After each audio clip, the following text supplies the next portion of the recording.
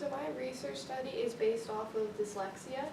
My problem statement is I am studying dyslexia because I want to see the difference in prevalences between the mind strengths found in dyslexic individuals so that teachers and employers can in the future identify them and utilize them for the most success.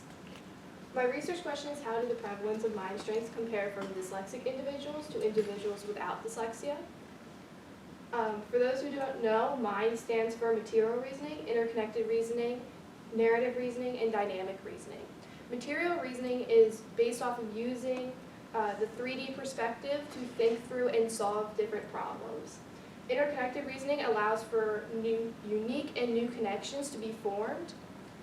Narrative reasoning is thinking and taking in the information through a perspective of a story, whether it is creating a new story or retelling a story.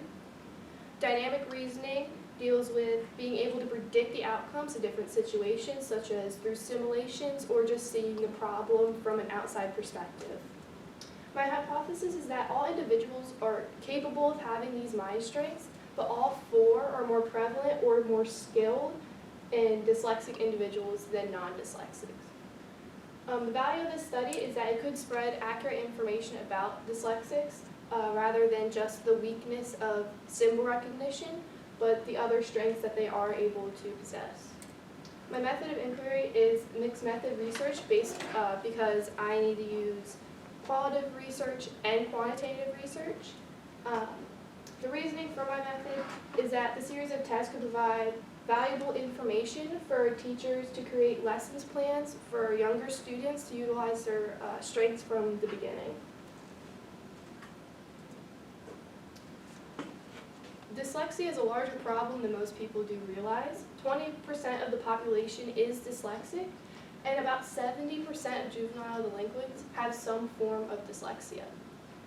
About 35% of dyslexics drop out of high school because they are unable to use their actual strengths, and it is easier for them to go down the stereotypical negative aspects such as crime, drugs, and alcohol. For my literary reviews, I currently have 16 sources. I'm using one book, 2 TED Talks, 1 textbook, and 12 websites/databases.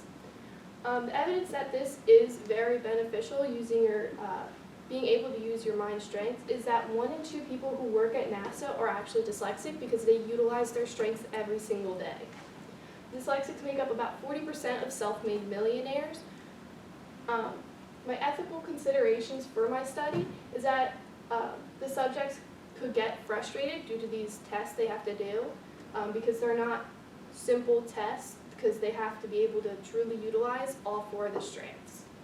My next steps are finalizing my tests so that they properly demonstrate and utilize the mind strengths, and I have to get in contact with appropriate volunteers who are dyslexic and individuals who are not.